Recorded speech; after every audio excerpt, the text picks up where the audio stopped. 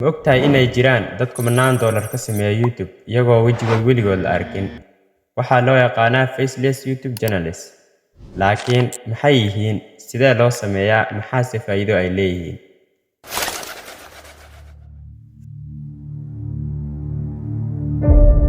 Faceless YouTube journalists waa nooc ka mid ah kanaalada YouTube ee aan muujin wejigooda. Qofka sameeya muuqaalada halkii laga arki lahaa qof hadlaya, waxaa la arkayaa sawirro, animations, qoraallo, ama muuqaallo la tafaatiray. Tusaale ahaan, waxaad arki kartaa channel sharxaya taariikhda rugaha qarsoon ama talooyin nolosha ah, balse wejigooda lama arko. Cod keliya ayaa la maqlaa, muuqaalkuna waa mid la isku daray.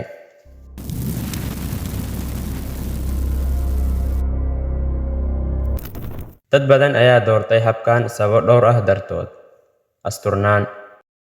Qofka ma rabo in wejigiisa la barto, haddana wuxuu rabaa inuu abuuro nuxur faa'iido leh. Cabsi ama xishood. Qaar waxay ka xishoodaan inay ka hadlaan kaamirada horteeda. Facelesska waxay u sahlaysaa inay sameeyaan content badan. Ma jiro setups adag oo kaamiro iyo iftiin leh. Kaliya waxay sameeyaan cod iyo editing.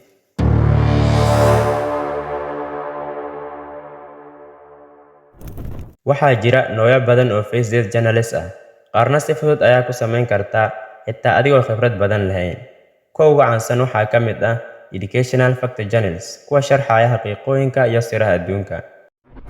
Animation journalists, kuwa isticmaala AI-ga. Meditation and relax journalists, kuwa bixiya codadka degan ama heeso. Teach and tutorial journalists, kuwa baraya dadka software ama farsamooyin cusub. Mid kasta oo ka mid ah waa la samayn karaa adigoo muujin wejigaaga.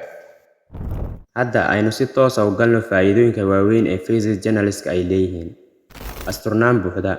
Adigoon lagu garanayn waxaad si xor ah u abuuri kartaa nuxur kasta. Qofna ma ogaanayo cidda ka dambaysa channelka. Waqti badbaadin. Ma jirto dhibaato ah camera setups, iftiin, kaliya cod iyo editing. Abuuris nuxur joogto ah. Waxaad samayn kartaa 3 ilaa 4 video toddobaadkii maxaa yeelay ma jirto daal muuqaal ah. Fursad ganacsi.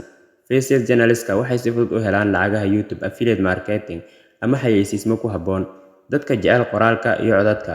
Haddii aad jeceshahay inaad wax qorto, sheeko akhriso, ama codkaaga isticmaasho, waa meel kugu habboon. Waxaad xitaa u kuraysan kartaa cod akhristayaal kale ama AI voice si channelkaagu u sii socdo xitaa adigoo joogin.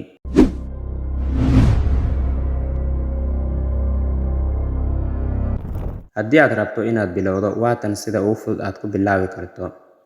Dooro hal niche sida taariikh, sheeko sirdoon ama motivation. Samee script sida kan aad hadda maqlayso. Ku duub codkaaga microphone ama app fudud. Raadi muuqaallo, B-rolls, isticmaal stock footage.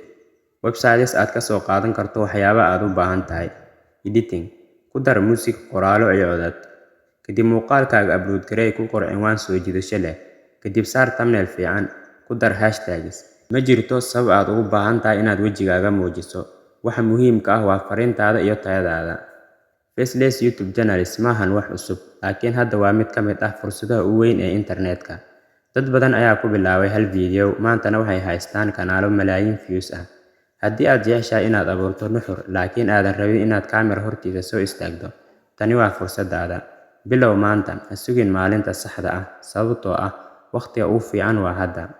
Haddii aad ka heshay muuqaalkan, ha iloobin inaad saarto like iyo subscribe si aan u sii wadno nuxurkan dhiirigelinta ah. Commentiga ku soo qor, aniguna waan bilaabayaa faceless journalists si aan u aragno kuwa doonaya inay bilaabaan safarka dheer ee YouTube.